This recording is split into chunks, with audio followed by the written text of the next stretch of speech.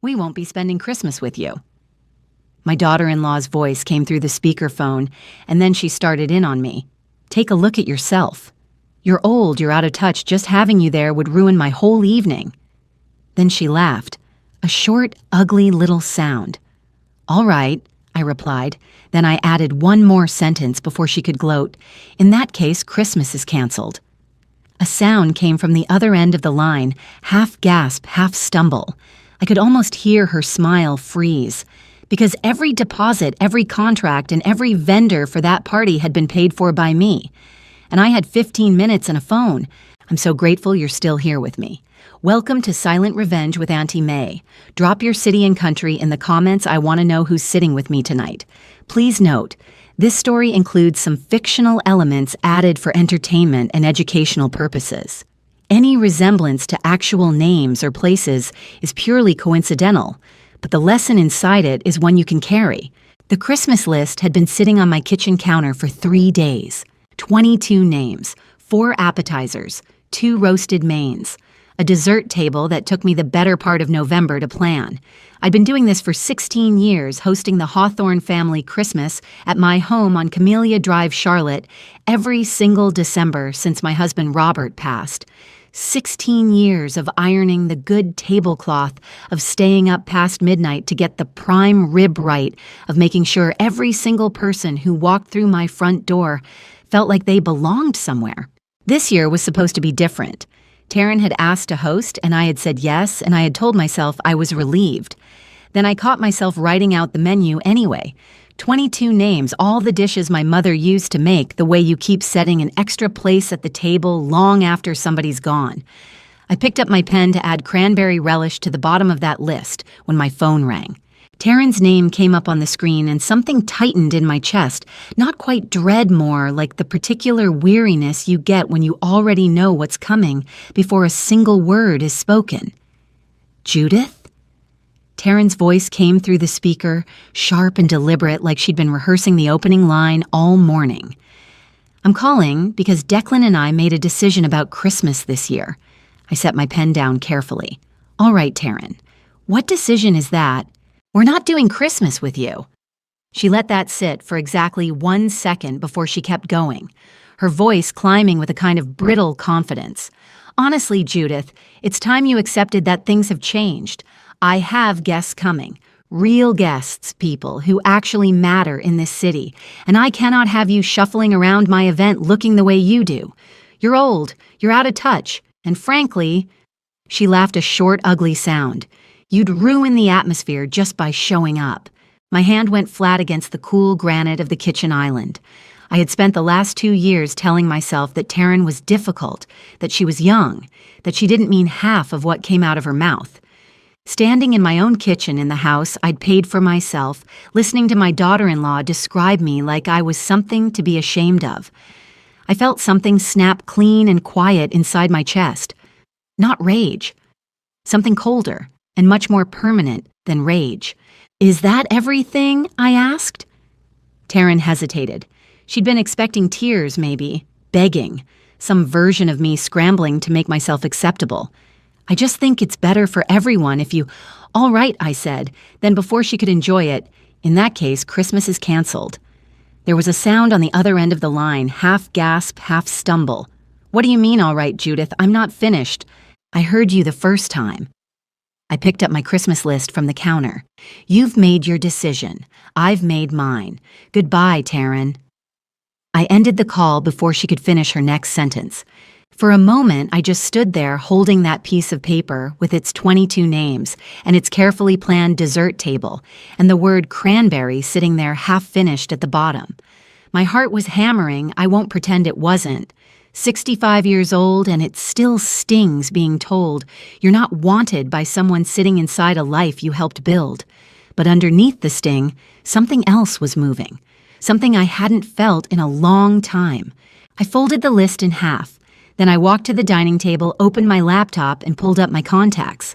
The catering company was first. The catering company picked up on the second ring. "Good afternoon, this is Harvest Table Catering. How can I help you?" "Hi there."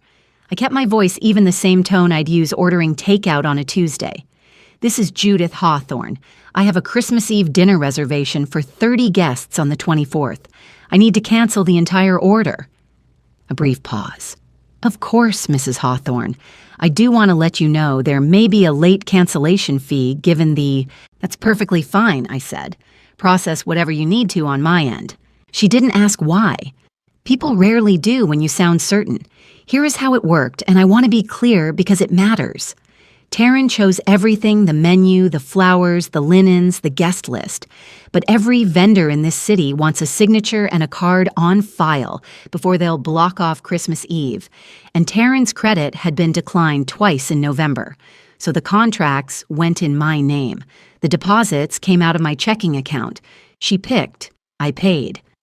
That had been the arrangement for 2 years. And until that afternoon, I had never once said the word no. I hung up and moved straight to the next number, the linen and dishware rental company. Then the floral designer, a woman named Peggy, who had spent 40 minutes on the phone with me in October discussing centerpiece heights. I felt a small pang canceling on Peggy. She was a genuinely lovely person who had nothing to do with any of this. But the contract was in my name. The deposit had come from my account, and every single arrangement in that order had been chosen by Taryn to impress people I had never met. The bakery was last. 4 dozen decorated sugar cookies shaped like snowflakes, and a 3-tier Yule log cake that Taryn had described without any irony whatsoever as the centerpiece of the whole evening. I need to cancel the Christmas Eve order under Hawthorne. I told the young man who answered, "Oh, yes, ma'am, I see it right here. You're sure?" "Completely sure, sweetheart, thank you." 15 minutes. That's all it took to dismantle a party designed for 30 people, a party I was never going to be allowed to attend. I set the phone down and opened my banking app. The secondary card I'd given Declan 3 years ago for household emergencies had been doing a great deal of work lately that had nothing to do with emergencies imported wine, a decorator's deposit, and 2 charges from a boutique in South Park Mall that I was quite certain weren't grocery runs. As the primary card holder, I had every legal right to cancel that card at any moment without notice. I tapped through to card management, selected the secondary card, and reported it lost. It took 11 seconds. I also want to mention something about my phone because it matters later. The previous spring, I'd had a dispute with a contractor who'd done shoddy work on my back porch and then denied ever saying what he'd said. After that mess, my neighbor Helen, a retired paralegal, had walked me through setting up automatic call recording on my phone. North Carolina is a one-party consent state, meaning only one person on a call needs to know it's being recorded. Since I was always that one person, every incoming call to my phone had been quietly saved to a folder ever since. I hadn't thought about that folder in months. I thought about it now. I closed the banking app, walked to the stove, and put the kettle on. My hands were steady.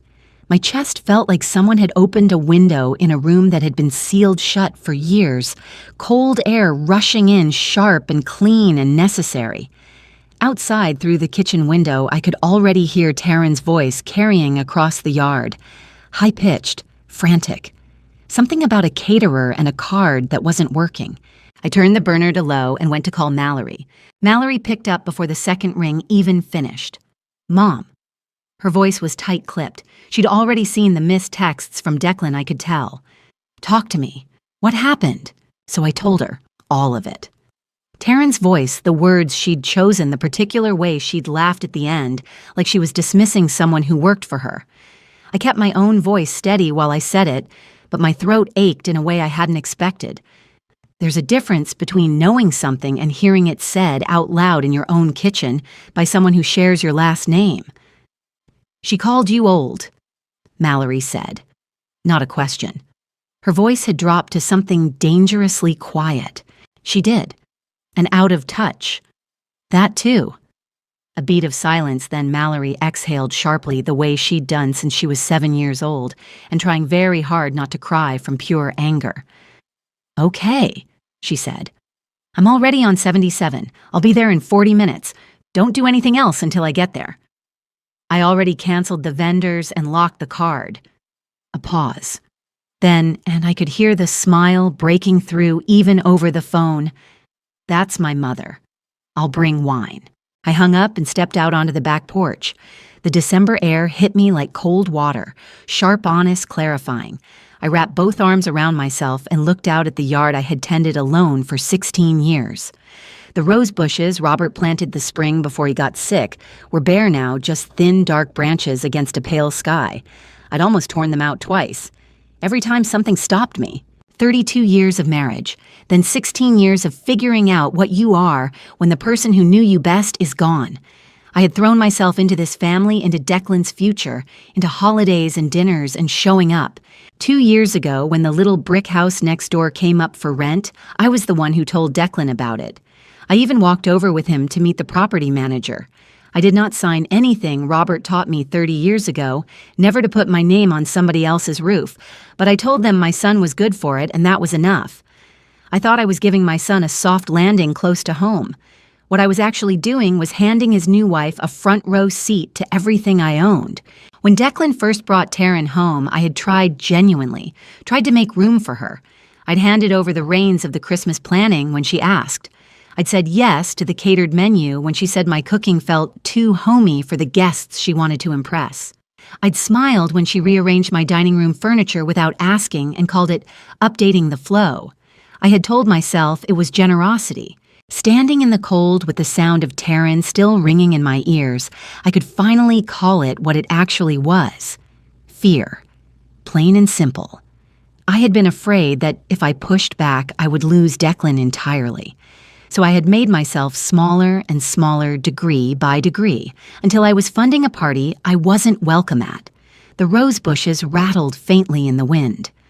"All right, Robert," I said quietly to no one and to him at the same time.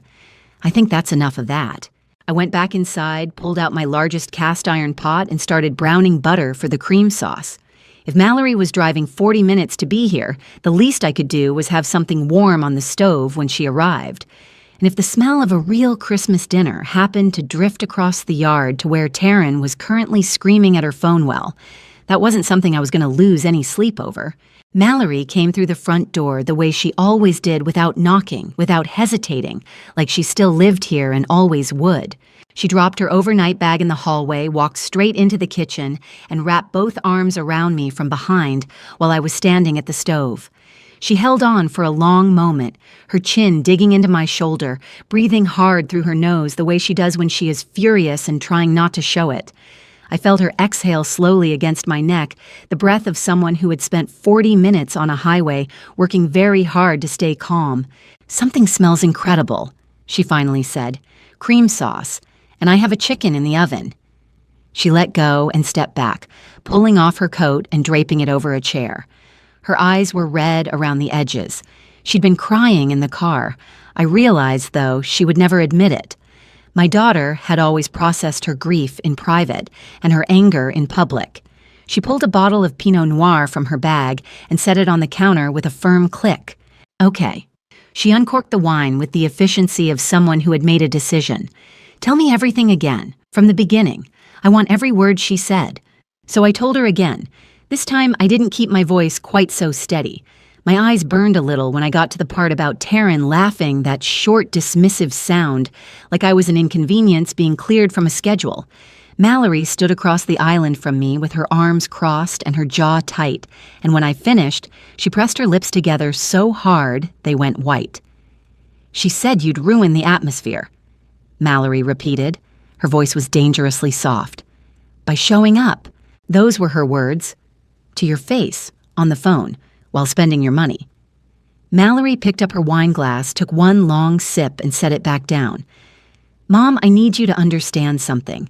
This wasn't impulsive on her part. People don't say things like that by accident." She was right. I'd known it when I heard it, and I knew it now. "There's something else," I said. I turned down the burner and leaned against the counter. "About 6 months ago, Taryn offered to help me sort out a billing error with the power company.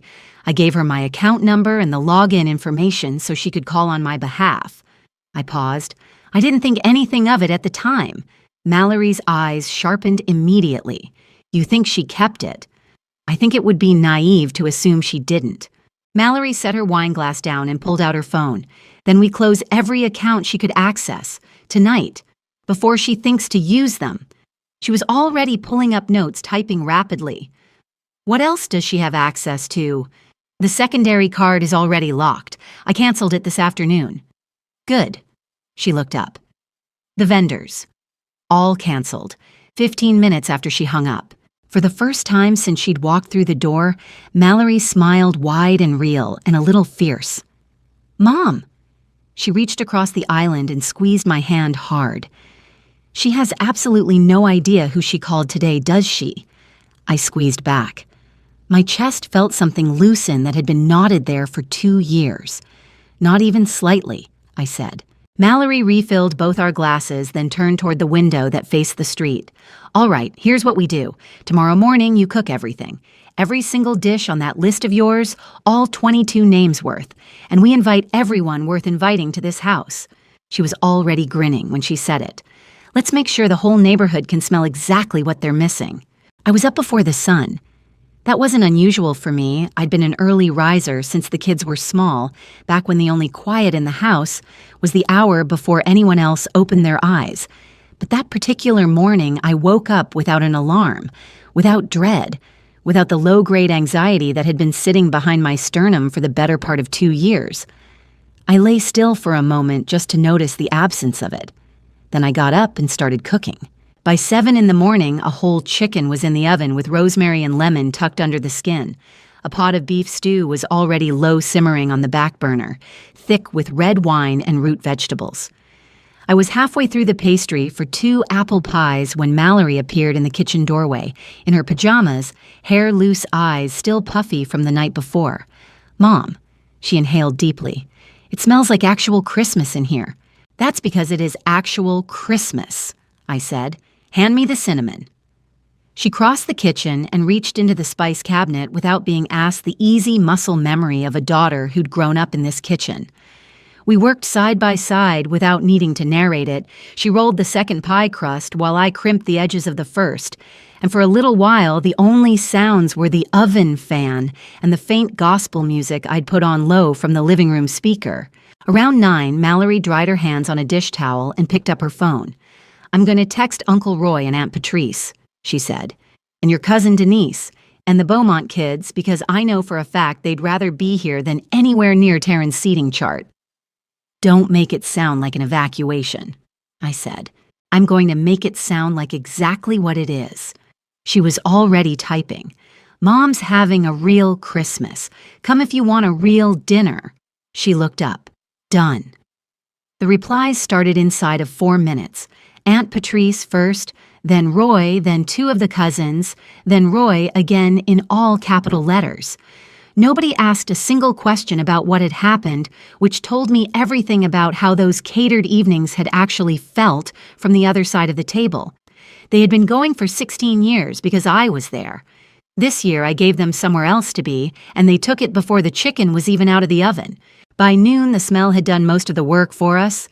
I could see it happening in real-time, neighbors slowing their cars on Camellia Drive, one woman actually stopping to roll down her window before catching herself and driving on.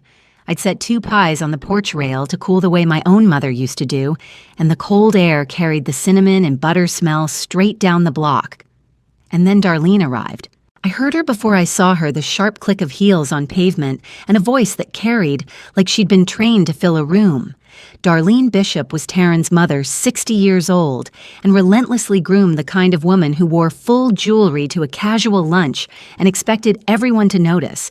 She'd driven up from Pinehurst with 4 of her friends' women in wool coats and careful hair, all of them apparently under the impression that Taryn's Christmas party was going to be the social event of the season.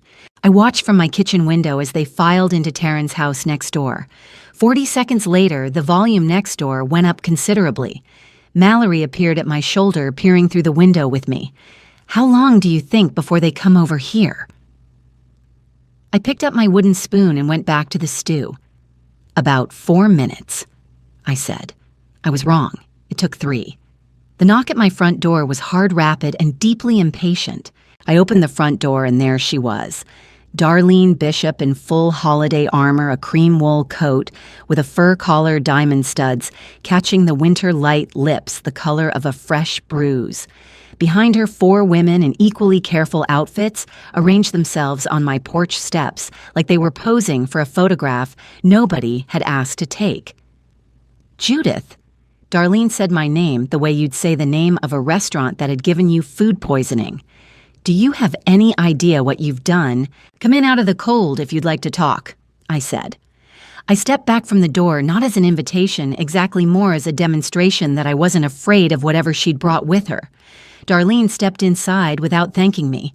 Her friends followed heels, clicking on my hardwood floors, eyes moving around my living room, with the particular assessment of women who have decided in advance to be unimpressed. "My daughter has 30 guests arriving in 3 hours," Darlene said, planting herself in the center of my entryway. "And no food, no flowers, no staff, and a credit card that your little tantrum rendered completely useless." Her voice cracked underneath the anger, the sound of a woman who had bragged about this party to 4 friends the entire drive up from Pinehurst. "She told me last night that it was handled. She swore to me it was handled. Do you understand what you have done to her?" "I understand exactly what I've done," I said pleasantly. "I canceled services that were contracted under my name and funded by my money. That's not a tantrum, Darlene. That's accounting." Her nostrils flared. Behind her, one of the wool coat women shifted uncomfortably. "You are being vindictive and small," Darlene said, her voice climbing. "Taryn has worked for months on this event. She has real relationships on the line, professional relationships, social relationships, and you are willing to burn all of that down because of what your feelings—" She leaned forward slightly, dropping her voice to something meant to cut. "Let me tell you something, Judith. You are 65 years old. You are a widow living alone in a house that is too big for you. Nobody is coming to rescue you. The least you could do is be useful to the people who still bother to include you." The room went very still. I heard Mallory's sharp intake of breath from the kitchen doorway behind me. I looked at Darlene for a long moment. I took in the diamond studs, the careful hair, the 4 friends watching, to see what I would do. And I felt something I hadn't expected, not anger, not hurt, but an almost serene sense of clarity. This woman had just handed me the clearest possible picture of exactly what she and her daughter thought I was for. "Darlene," I said, keeping my voice as warm and level as if I were offering her a cup of coffee. "I spent 16 years making sure every person who came through that door felt like they belonged somewhere. I cooked, I planned, I paid, and I did it because I loved this family." I paused. "Your daughter called me yesterday to tell me I was too old and too out of touch to attend my own family's Christmas dinner. So I made a business decision." I gestured toward the door.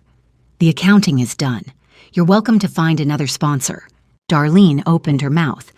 "I'd also like my entryway back," I added. "I have pies cooling and family coming." Behind Darlene, the woman in the gray coat touched her friend's sleeve and said very quietly, "Maybe we should go, Darlene." Darlene's jaw worked silently for a moment, fury and humiliation fighting for control of her face. Then she turned on her heel and walked out. Her friends followed heels, clicking faster now, nobody quite meeting my eyes. I closed the door. From the kitchen, Mallory let out a long, low breath. "Mom," she said, her voice thick. "That was magnificent." I picked up my wooden spoon from the counter where I'd left it. "The stew needs stirring," I said. The first ones through the door were Uncle Roy and Aunt Patrice. Roy came in, stomping the cold off his boots, unwinding a scarf the color of pine needles, his big voice filling the entryway, before he'd even fully crossed the threshold. "Judith Marie Hawthorne," he announced. "Whatever is in that oven, I want 3 helpings, and I want them immediately." I laughed, a real laugh, the kind that starts in your chest and surprises you. "Get in here and sit down, Roy." Patrice hugged me long and tight, her cold cheek pressed against mine.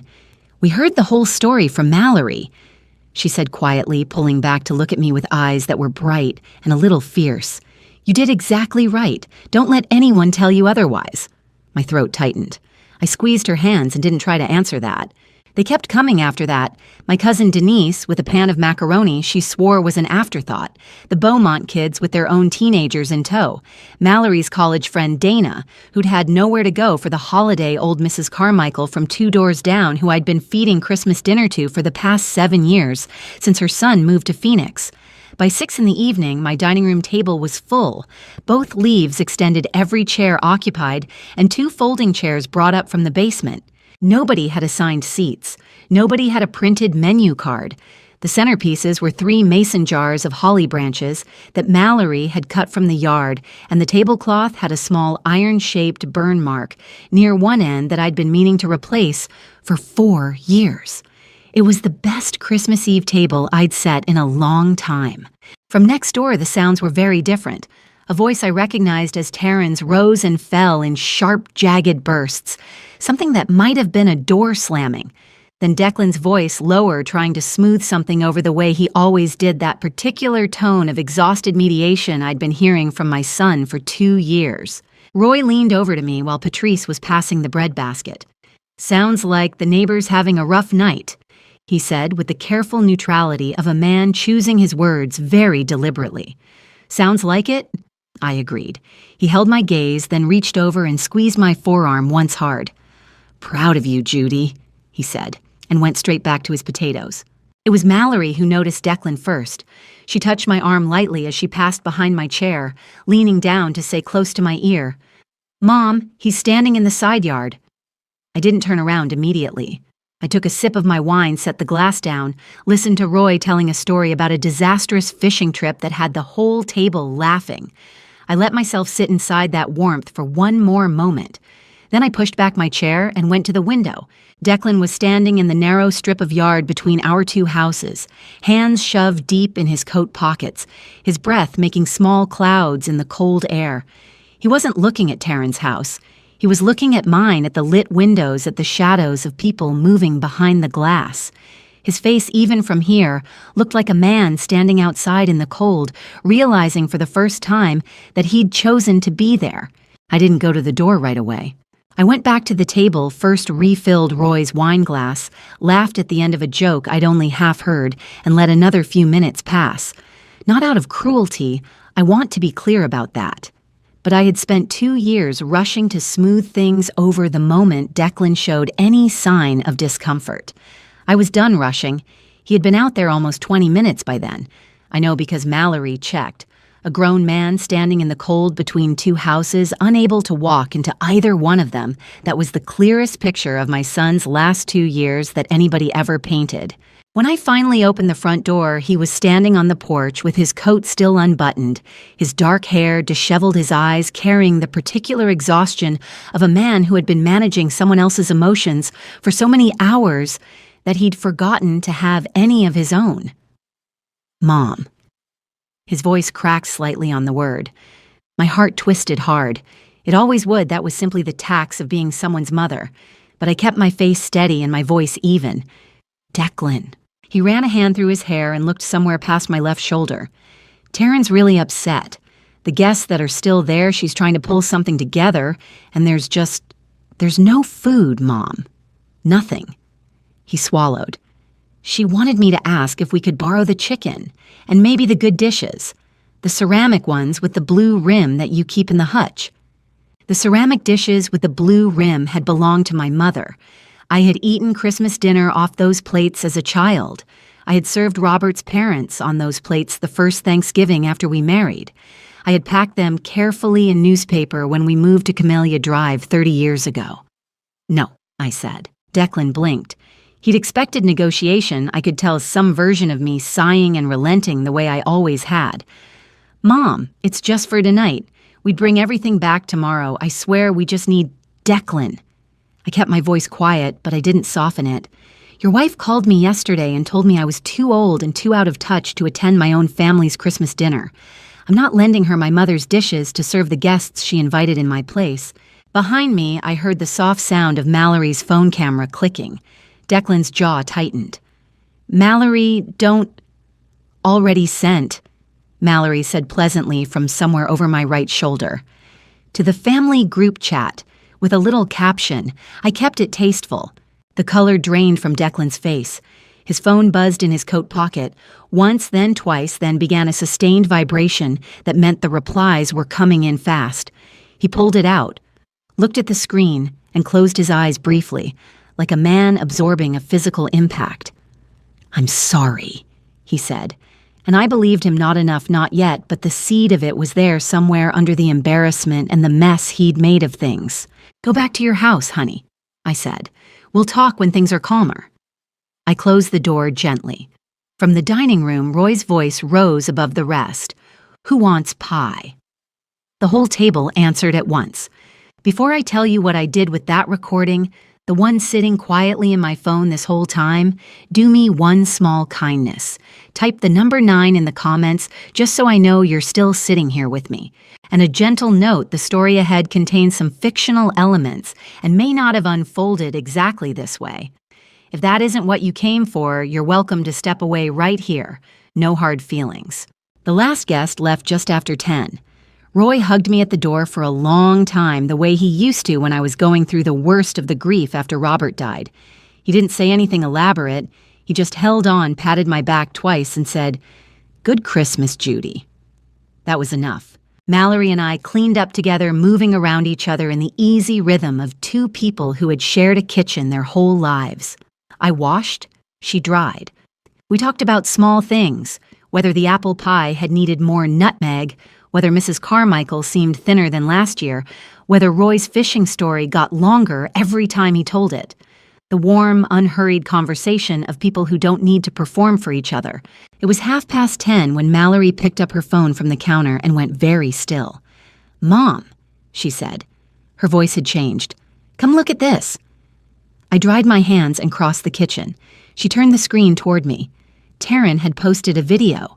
She was sitting in what appeared to be her bedroom hair, artfully loose, eyes red, in a way that suggested either genuine crying or a very practiced approximation of it. The caption read, "Dealing with a toxic mother-in-law who tried to ruin our Christmas. My heart is broken." The video already had several hundred views. The comments were split, some sympathetic, some skeptical, a few that were pointed enough to make me think people were already sensing something was off. I watched the whole thing with my arms crossed and my jaw tightening by the second. Taryn talked about feeling attacked, about working so hard on the holiday, about a mother-in-law who couldn't stand to see her succeed. She cried twice, gracefully, in a way that looked rehearsed. When it finished, I set the phone down on the counter. "She's good," I said. Mallory stared at me. "Mom, she's genuinely good at that. I want to acknowledge it." I picked up my dish towel, folded it once, and set it over the oven handle. "Go get my phone from the charger in the bedroom. Open the call recording folder. Find yesterday's incoming call. It'll be the longest one." Mallory understood immediately. She was back in 45 seconds, phone in hand, the recording already pulled up. Taryn's voice came out of the small speaker, thin and sharp. "You shuffling around my event looking the way you do. You're old, you're out of touch." I stopped the playback. "Post it," I said, as a comment, directly under her video. Mallory hesitated with her thumb over the screen. "Are we allowed to do this?" "Helen walked me through it back in the spring," I said. "In this state, a call I'm a party to is mine to record and mine to keep." And Taryn had just published her own version of that same conversation to the entire internet. Once she made it public, correcting the record with her own words isn't a secret being spilled. It's a reply. Mallory's fingers were already moving. She typed a single line of text to accompany the audio, "Before the tears, a reminder of how this afternoon actually started." Then she hit post. We watched the comment appear beneath Taryn's video. For about 90 seconds, nothing happened. Then the first reply came in, then 4 more. Then the notifications began arriving faster than either of us could read them, the sound of something tipping over slowly at first, and then all at once. I turned off the screen and handed the phone back to Mallory. "Bed," I said. "We have a full day tomorrow." I slept better than I had in months. No dreams that I could remember. No lying awake at 2 a.m, running conversations through my head, rewording things I'd said, rehearsing things I wished I'd said differently. Just sleep clean and uninterrupted until the winter light came through the curtains at 7:30, and I woke up feeling for the first time in a very long time like myself. I was standing at the stove making oatmeal when the knocking started. Not a polite knock. Not the tentative tap of someone who wasn't sure of their welcome. This was the knock of someone who had decided in advance that they were owed an answer. Hard rapid, the kind that rattles the frame. I turned the burner to low and went to the door. Declan looked like he hadn't slept at all. His eyes were red-rimmed and swollen, his jaw carrying 2 days of stubble, his coat thrown on crookedly like he'd dressed in the dark and hadn't bothered to fix it. Behind him, the sky was pale and cold and entirely indifferent to whatever he was feeling. "Mom." His voice was raw. "Do you have any idea what you've done? That audio is everywhere. She's destroyed, Mom. Completely destroyed. She hasn't stopped crying since midnight." He pressed one hand flat against the door frame, steadying himself. "You need to post something. A correction, an apology. Something that says you took it out of context, that she didn't mean it the way it sounded. She said I was old and out of touch, and that my presence would ruin her party," I said. What context would improve that Declan? His jaw tightened. "She was stressed. She says things when she's stressed, you know that." "I do know that," I said. "I've known it for 2 years. I kept quiet about it for 2 years." I looked at my son, really looked at him, at the exhaustion and the fear, and the boy I had raised underneath all of it. "I'm not posting a correction. There's nothing to correct." Declan's voice cracked open. "Then what am I supposed to do? She's my wife, Mom. I can't just—" "There are some things in the hallway," I said. He blinked. "What?" I stepped back and opened the door wider. Against the hallway wall, neatly stacked, were 3 boxes I had packed the previous afternoon while the pie was in the oven. His old track trophies from high school. A box of winter clothes he'd left in my spare room. His father's watch, which I had been keeping safe since Robert died, and which belonged with Declan, regardless of anything else. "These are yours," I said. "I've been meaning to get them to you." Declan stared at the boxes. Something moved across his face. Not anger, something worse than anger. Recognition. He understood what the boxes meant. A mother who packs up her son's childhood and sets it by the door isn't punishing him. She's finished waiting for him to choose. "Mom!" "Merry Christmas, sweetheart," I said quietly. "Go home." I closed the door. I stood in the hallway for a moment with my back against the wood, my eyes stinging in a way I refused to let become anything more. Then I straightened up, walked back to the kitchen, and turned the burner back on.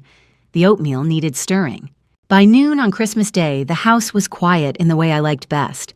Mallory had gone to pick up Mrs. Carmichael for a late morning coffee. The old woman's back had been troubling her, and she hadn't wanted to drive herself. I'd sent them off with a container of leftover apple pie and instructions not to rush back on my account. I wanted an hour to myself, and the best way to get it was to give everyone else somewhere to be. I put on my coat and walked down to the end of Camellia Drive. I wasn't looking for anything. I simply needed air, the particular kind of restless energy that builds up when you've been inside your own head for too long, and the only cure is cold pavement under your feet and sky overhead. I walked to the corner, turned left on Hawthorne Glen Road, and was heading back when I heard Taryn's voice. She was standing on the narrow front walkway of a neighbor's house 2 doors down the Prestons, who I knew only well enough to wave at. The Prestons throw an open house every Christmas afternoon, the kind where people drift in and out with paper plates, and Taryn had clearly gone looking for an audience that hadn't heard the recording yet. With her were 2 women I didn't recognize, both dressed with the careful effort of people trying to look like they hadn't just survived a disaster. Taryn herself was composed in the brittle way of someone who had cried for most of the night and then applied concealer with grim determination. She was holding a handbag. It was a large, structured tote in cognac leather, the kind that sits in a glass case at the kind of store that doesn't put prices on anything. She was turning it slightly in her hands as she talked the way people do when they want you to notice something without appearing to ask you to notice it. "I found it last week," she was saying, her voice carrying that particular brightness of forced cheerfulness. "I'd been saving up for months. It felt like the right Christmas treat for my mom. Obviously, she deserves something beautiful." I stopped walking. I was perhaps 15 feet away, close enough that when I spoke, no one would have to strain to hear me. "That is a beautiful bag," I said. All three women turned. Taryn's composed expression flickered just for a moment, a crack running through the plaster before she assembled it back into place. "Judith." Her voice was careful. "I didn't see you there. I was just walking." I smiled pleasantly at the two women who were watching with the uncertain attention of people who sense they've wandered into the middle of something. I recognized the bag. It's the Hartwell Tote Cognac Structured Large. Lovely choice. I tilted my head slightly. My December statement came through this morning. $3,200 posted on the 19th, 4 days before I closed the card. So it cleared just fine. One of the women made a small sound. Taryn's chin lifted. "That's not—" "I have the itemized statement at home if there's any confusion," I said helpfully. "Merry Christmas, ladies." I turned and walked back up the street. My hands were perfectly steady. My heart was beating hard enough that I could feel it in my throat, but I kept my pace, even my shoulders back my eyes on the bare winter trees lining Camellia Drive. Behind me, I heard nothing which told me everything.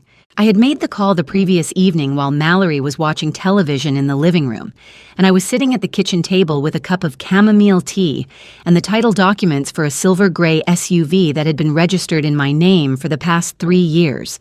I want to be clear about something because it matters. I had purchased that vehicle outright. My name on the title, my money, my insurance payments every month without fail or reimbursement. When Declan and Taryn moved into the house next door and mentioned they needed something reliable, I had offered the use of it without conditions or paperwork because he was my son, and that was what I did. What I had not done was transfer the title. What I had not done was sign anything over. The vehicle was mine legally and entirely, and I had every right under North Carolina law to arrange its return. The recovery service explained the process plainly. In North Carolina, a vehicle loaned without a written agreement is what the law calls a bailment at will. I could end it any time I chose, provided I gave notice first. So at 8 o'clock that evening, I sent Declan a text message, short and unambiguous. "I am ending the loan of the SUV. A recovery service will collect it from the curb tomorrow morning. Please move it to the street tonight." Then I emailed the tow company, the clean title, my driver's license, and a signed release. The title had no lien on it and had never been transferred. The car was simply mine, and now it was coming home. The tow truck arrived at 7:45 in the morning. I was on my back porch with my coffee when I heard it, the low diesel rumble, the particular mechanical sound of the lift engaging. I didn't go around front immediately. I finished my coffee. I listened to a cardinal working his way through the frozen holly bush at the corner of the yard. The SUV was sitting at the curb where Declan had moved it the night before, sometime after midnight. He never answered my text. He just did it quietly and went back inside. And from the way the morning went, I don't believe he told his wife a single word about why. Then I heard Taryn. "What are you doing? Stop. Stop right now. That is our car. You cannot—" Her voice came around the side of the house, high and fractured the voice of someone who had not slept and had run out of the ability to modulate. I set my mug down and walked to the corner of the porch where I could see the front of the house. Taryn was standing on the front walkway in a heavy robe and boots, her hair loose and wild, both arms stretched out toward the truck driver, with the frantic energy of someone trying to flag down a vehicle that was not going to stop. The driver, a large, calm man in a green jacket, was completing his work with the professional serenity of someone who had done this many times before and had been paid to be unaffected by the emotional component. "Ma'am," he said not unkindly, "the vehicle belongs to the registered owner. I have the authorization paperwork right here. She cannot do this. She can—" he said simply. She did. I stayed where I was on the porch. Taryn spun around and found me standing there, coffee in hand, watching. "You called a tow truck on Christmas," she screamed. Her voice cracked down the middle. "On Christmas, Judith. What is wrong with you?" "It's the 26th, I said, "and the car is mine. We have nowhere to go. We have no food, no car. Declan's been sleeping on the couch for 2 days. You have destroyed our lives, and you're standing there like it's nothing." "No," I said. Her words landed on me, and I let them. "I'm standing here like it's mine. The car, this porch, this house, all of it, mine. I picked up my mug. You're welcome to call a rideshare. There's good coverage in this neighborhood. Taryn's mouth opened. Her hands were shaking, not with rage, I realized, but with something closer to genuine fear. The ground had been shifting under her for 3 days, and she was only now feeling how far it had moved. I'm pregnant, she said. The words came out fast and airless, like she'd been holding them, and finally released them all at once. She lifted her chin, watching my face for the reaction she needed. And here's the thing about that. A month earlier, at Thanksgiving dinner in my own dining room, Taryn had waved off a slice of pie and announced to the entire table that she and Declan were absolutely not doing children for at least 5 more years. She said it twice loudly, the way people do when they want to be quoted. Now she was standing barefoot in a bathrobe with a tow truck pulling away from her curb, and suddenly there was a baby. I looked at her for a long moment. The cardinal started up again in the holly bush behind me. How wonderful, I said. I'll call Helen and some of the ladies from the block. They'll want to come by and help. Helen arrived first 20 minutes after I called her, carrying a foil-covered casserole dish she'd had left over from her own Christmas dinner. You didn't have to bring food, I told her at the door. I'm Southern and someone's expecting, she said firmly, stepping inside. Of course I brought food. Behind her came Beverly from the yellow house on the corner, a labor and delivery nurse for 31 years, who had the cheerful, unflappable energy of someone who had seen every possible variation of human behavior and remained fond of people anyway.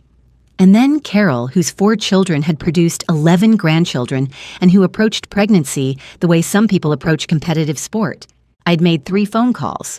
I now had a small delegation of women with a combined experience of 9 pregnancies, 31 years of obstetric nursing, and 11 grandchildren between them, all descending on Taryn's front porch with casserole dishes and genuine enthusiasm. I want to say for the record that I did not tell any of them what I suspected. I simply said that my daughter-in-law had shared some wonderful news and that I knew she'd appreciate some experienced company. What happened next was entirely organic. Taryn answered the door in fresh clothes she'd clearly had time to prepare, with a smile that was working very hard. "Judith," she said. "I wasn't expecting—" She couldn't turn us away, and she knew it. Not with 3 women holding covered dishes on her front porch in full view of Camellia Drive, and not 2 days after she told the entire internet she was the victim of a cruel mother-in-law. She stepped back and held the door open. "We're just so thrilled," Beverly said warmly, stepping forward with her hand extended. "How far along are you, sweetheart?" Taryn's smile held. "Early days. Very early." Of course, of course." Beverly nodded with the authority of 31 years. "Have you had it confirmed with a blood draw? Yet the beta HCG, a home test, tells you yes or no, but the blood work tells you the number, and the number tells you how far along. Every practice in Charlotte wants it before they'll schedule your first appointment." Not yet. I was going to... "Anne, are you feeling nauseated at all?" Carol asked, settling herself on the couch with the ease of someone who had been invited. "Because with my 3rd, I couldn't smell coffee for 4 months. Couldn't even walk past a coffee shop. Are you managing coffee all right?" "I'm fine with coffee," Taryn said. Something was shifting behind her eyes.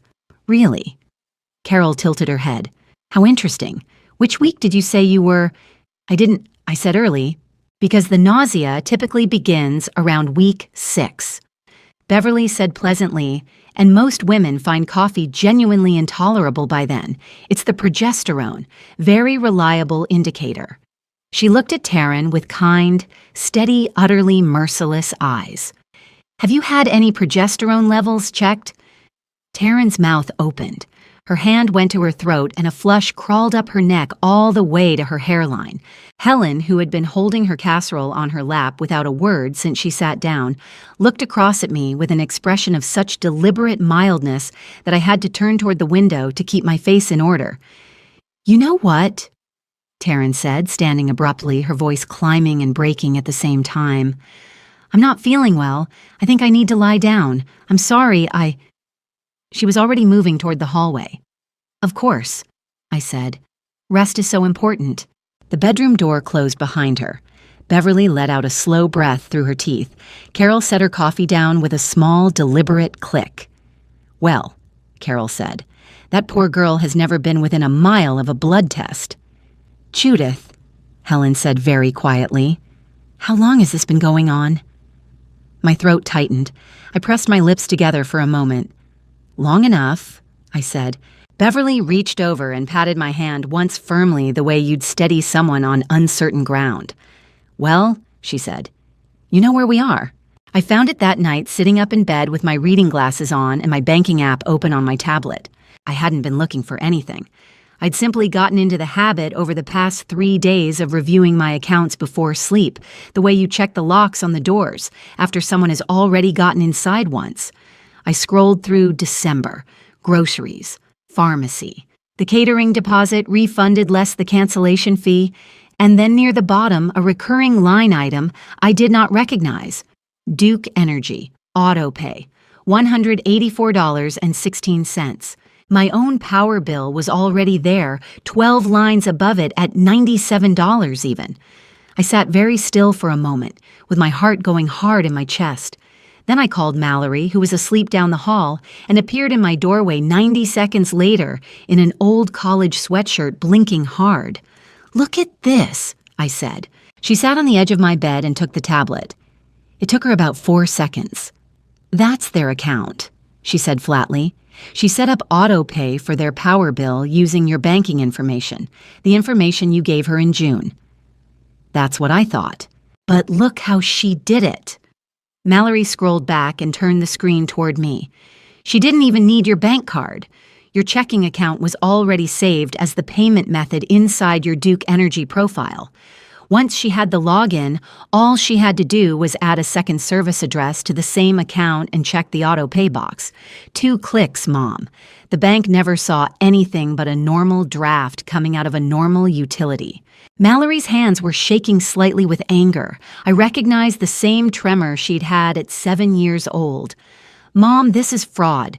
This is not a family dispute anymore. This is unauthorized use of your bank account, and it is a crime in this state. I know what it is. Are you calling the police? I looked at the number on the screen for a long moment. $184 a month quietly for how long I scrolled back. October.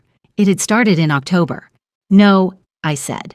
I'm calling the bank in the morning and revoking the authorization, and I'm calling Duke Energy to report that my account was linked to a service address I don't own without my consent.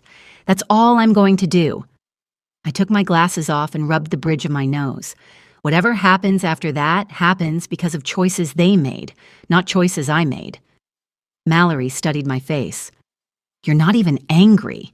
Oh, I'm angry, I said. I'm so angry I can feel it in my teeth. But I've learned something this week, sweetheart. I don't have to do anything with it. I just have to stop paying for things that aren't mine. She leaned over and rested her head briefly against my shoulder. I made both calls at 8 the following morning. The bank representative was efficient and slightly appalled. The utility company was efficient and entirely unsurprised, which told me more about how often this happens than I really wanted to know. The representative walked me through exactly what would happen next, and I want to repeat it here, because I did not decide any of it. When somebody reports that their bank account has been attached to a service address without their consent, the utility does 2 things at once. It reverses the disputed drafts and pulls the account off autopay, and it suspends service at that address pending identity verification, because as far as the company is concerned, they no longer know who is actually living there or who is responsible for the bill. Somebody with legal standing has to walk into an office with a photo identification, and a signed lease, and open an account in their own name. I didn't cut anyone's power. I told the truth about my own bank account, and the company did what the company is required to do. That night, the 27th, I woke around 11 and looked out my bedroom window. Every window in the house next door was dark. Not a storm outage, my porch light was on, and so was the Hendersons across the street. Just one house on Camellia Drive sitting cold in the middle of a lit-up block. And across that narrow strip of yard carried on air so cold it seemed to sharpen every sound I could hear my son's voice, through their kitchen wall. Not the tired, mediating tone I'd been hearing for 2 years. This was something else, sharp-raised, cutting through the cold. "No, you're going to answer me. October, Taryn. You set it up in October. Look at me and tell me why." I stood at my window in the dark for a long time. Something in my chest that had been braced for 2 years finally let go, just slightly. Before I reveal what Darlene admitted in my living room that morning, the sentence that ended everything, comment the word truth below, so I know you're still with me. What comes next is the part I never expected to hear out loud. And please note, the story ahead contains some fictional elements and may not have happened exactly as told. If that isn't for you, you can stop the video right here.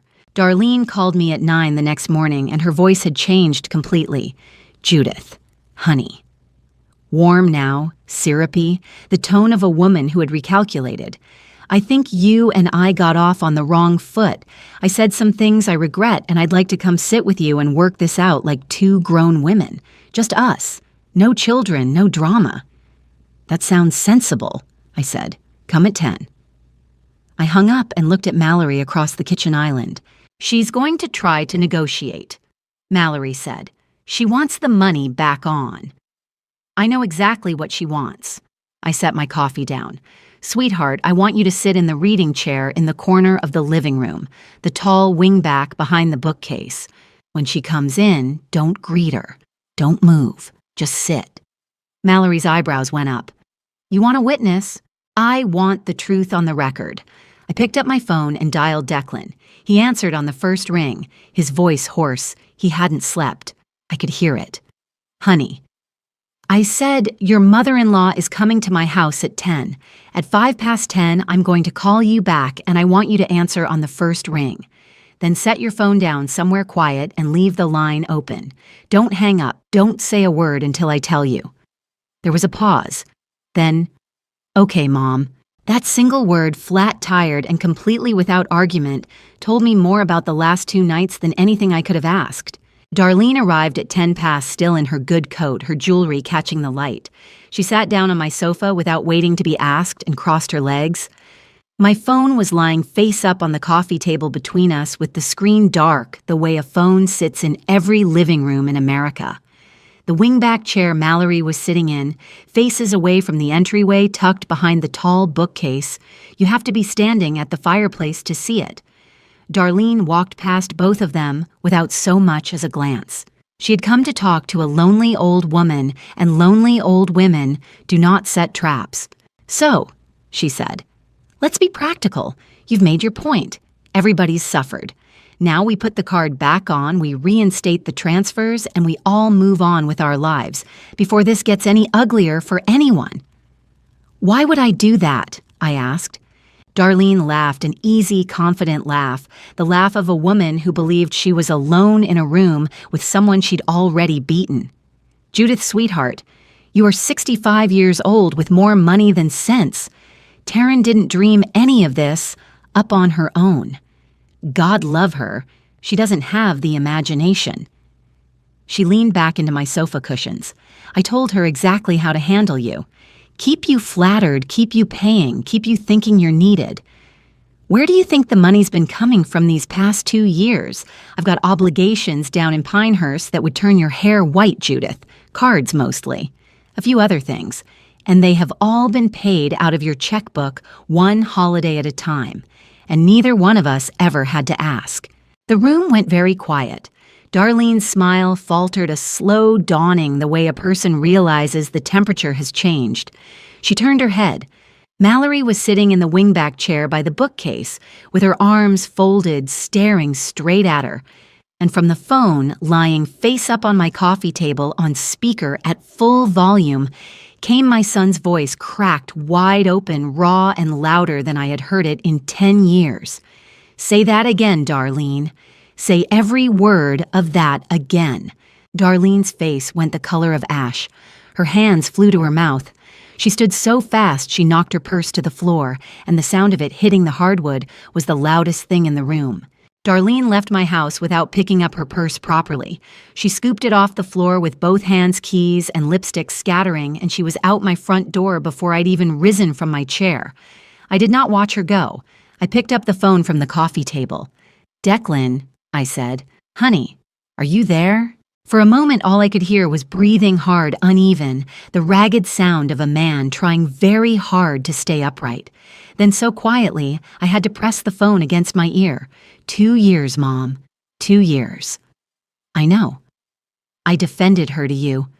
His voice broke completely on the last word. "I sat in your kitchen and defended her to you." "Declan." The line went dead. Mallory came out of the wingback chair and crossed the room to me. She took my hand and held it hard enough to hurt, and I heard her breath catch twice before she got it under control. Through my kitchen window, we could hear its starting voices carrying across the yard. Taryn's first, then Declan's, over the top of it sharper than I had ever heard my son speak to anyone in his life. It went on for most of the afternoon.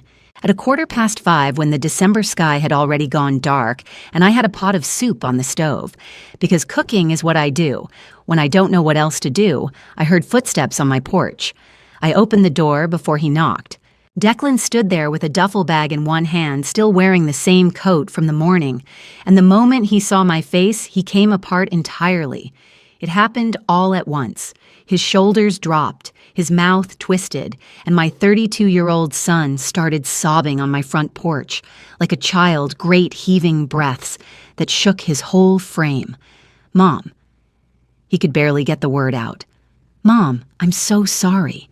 I'm so sorry." I reached out and pulled him inside. He half fell against me in the doorway, his bag hitting the floor, and I held on to him the way I had when he was 7 years old and had broken his arm falling out of the maple tree in the backyard, one hand on the back of his head, the other flat between his shoulder blades, holding him together while he shook. "I let them use you." He wept into my shoulder. "I heard the way she talked to you, and I told myself it wasn't that bad. I told myself you could handle it. I let them take from you for 2 years because it was easier than fighting with her, and I am so ashamed. Mom, I am so ashamed." My own tears came then. I hadn't cried once in 5 days, not when Taryn called me, not when Darlene stood in my entryway, not when I closed the door on my own son on Christmas morning. But I cried then standing in my hallway with his weight against me and Mallory's hand coming to rest on my back. "I know, sweetheart," I said into his hair. "I know." We stayed like that for a long time. Eventually, I pulled back, held his face in both my hands, and looked at him properly.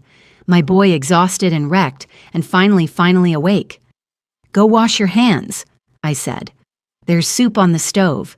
He slept in his old room. In the morning, I found him wiping down a counter that did not need wiping. "Sit down," I said. "We need to talk about what happens now." He sat with both hands around his mug like a man holding something warm in a cold place. "You can stay, not the way you stayed at 22, $600 a month on the first. Your own food, your own laundry. Whatever you and Taryn built up, you pay down yourself. I'm not co-signing anything." I set my cup down. "And you will not ask me for money. When Taryn asks you to ask me, and she will, the answer is no. The Bank of Judith Hawthorne is closed, permanently. That isn't punishment. It's what it should have been all along." He turned the mug slowly. Then he let out a long breath, and something in his shoulders settled. "That's the first thing anybody's said to me in 2 years that felt like solid ground." It landed harder than I was ready for. Helen and Beverly came by that afternoon returning a casserole dish that had been mine to begin with. "The moving truck was next door at 8, Beverly said, "and nobody evicted them that takes a magistrate and 6 weeks in this county. Every lease around here makes the tenant keep the utilities in her own name," Helen said. "Once the power went off, the manager posted a notice to cure. My nephew works for that management company. He says she never even opened the envelope." She shrugged. "They didn't lose that house, Judith. They ran from it. There's more," Beverly said. She spent Christmas Eve hiring whatever she could get at 4 hours' notice. Servers, wine, emergency holiday rates, all on her own signature this time. Half of it never showed, billed in full regardless. "I didn't do any of that." "That's rather the point." Helen squeezed my wrist. "You stopped holding the roof up and the roof did what roofs do." I kept waiting to feel triumphant. I thought I'd enjoy this part more. I admitted. Beverly smiled into her cup. That's how you know you're not the villain of the story, sweetheart. Declan came in at 4 with sawdust on his jacket. A framing crew off Freedom Drive had taken him on starting Monday. He set a folded stack of bills on the table, exactly $600. First month, I sold the fishing boat this morning, the one Dad and I put the motor on. My throat closed. That night, I stood at the kitchen sink and watched the dark windows next door. I had won the moment I said one word into a telephone and hung it up. The next morning, Mallory came in holding a pair of garden gloves. Mom, you need to see the backyard. I followed Mallory out the back door in my slippers, coffee still in hand. She had been out there since before dawn. In the far corner of the yard, beside Robert's bare rose bushes, stood a small live spruce in a burlap-wrapped root ball, no more than 4 feet tall, strung with a single strand of warm white lights that were still glowing faintly against the gray morning. I got it from the lot on Tyvala, she said. The guy was practically giving them away. It's the 30th. Nobody's buying a tree today. She shoved her hands in her sweatshirt pockets, suddenly shy in a way she never is. It's a live one, Mom. Roots and everything. I thought we could plant it, so it's here next year and the year after that. My eyes filled so fast I couldn't stop them. It's beautiful, I managed. We planted it that afternoon, the 3 of us, Declan doing most of the digging because the ground was half frozen, and he insisted. Helen came over with hot cider and supervised from a lawn chair with the authority of a woman who had planted a great many things. Here's what happened to the rest of it in case you're wondering. Declan signed a separation agreement before the year was out. In this state, a divorce takes a full year of living apart before a judge will even look at it. The clock had already started the night he carried his bag onto my porch. The agreement was the part that made it real on paper, and he did not wait on that either. He drove downtown on the 31st with a legal pad and a lawyer his father used to fish with, and he came home for supper. The lease on the house next door had been in Taryn's name from the start, and so was everything she signed for in a panic on Christmas Eve. When those invoices came due, there was no card left to absorb any of it, and nobody left to call. Darlene's friends in Pinehurst had already made up their minds long before the audio ever spread. Those 4 women stood in my entryway on Christmas Eve and heard in plain daylight exactly how a 65-year-old widow was expected to be useful. The recording only confirmed what their own ears had told them. I heard eventually that mother and daughter had moved in together. I hope in whatever way is possible for them that they find their footing. I don't say that generously. I say it because I genuinely no longer think about them, and that turned out to be the actual victory. Here is what I know now at 65 years old that I did not know at 63. For years, I confused being loved with being useful. I thought if I cooked enough dinners, paid enough deposits, absorbed enough insults with a smile, I would earn a permanent seat at a table I had built with my own 2 hands. I was afraid that the moment I stopped being useful, I would find out I wasn't loved. So I found out. And what I learned was that the people who loved me had been there the whole time my daughter driving 40 minutes on a highway without being asked, my neighbors carrying casserole dishes across a frozen yard, my son eventually finding his way back through the dark. They didn't need me to be useful. They just needed me to still be here. Setting a boundary is not an act of war. It's the quietest, plainest kind of self-respect there is, and sometimes it looks like nothing more dramatic than a woman in her own kitchen saying one word into a telephone and then hanging it up. 65 years old, and finally, completely mine. Here's what I'd tell you if you were sitting across my kitchen table. Don't be like me. Don't spend 16 years buying a seat at a table you already own. I told myself patience was a virtue, and God knows patience is, but patience without boundaries is just slow surrender. People send me family drama like mine all the time, and most revenge stories with Mom at the center aren't really about revenge at all. They're about a woman who finally stopped apologizing for existing. That's my honest opinion. The loudest thing you can do is close your checkbook quietly. If this sounded like your family drama, you are not alone. If you have your own revenge stories with Mom worth telling, leave it in the comments. I read everyone. Share this with someone who needs permission to say one word and hang up. And subscribe, because the next family drama we tell might be the one that sets somebody free. Revenge stories with mom like mine never end at the front door. They end the day you stop asking to be let in. A gentle note, some details in our stories are fictional, shaped for reflection and learning. If that isn't for you, choose something kinder to your heart tonight. Thank you for staying with me all the way to the end.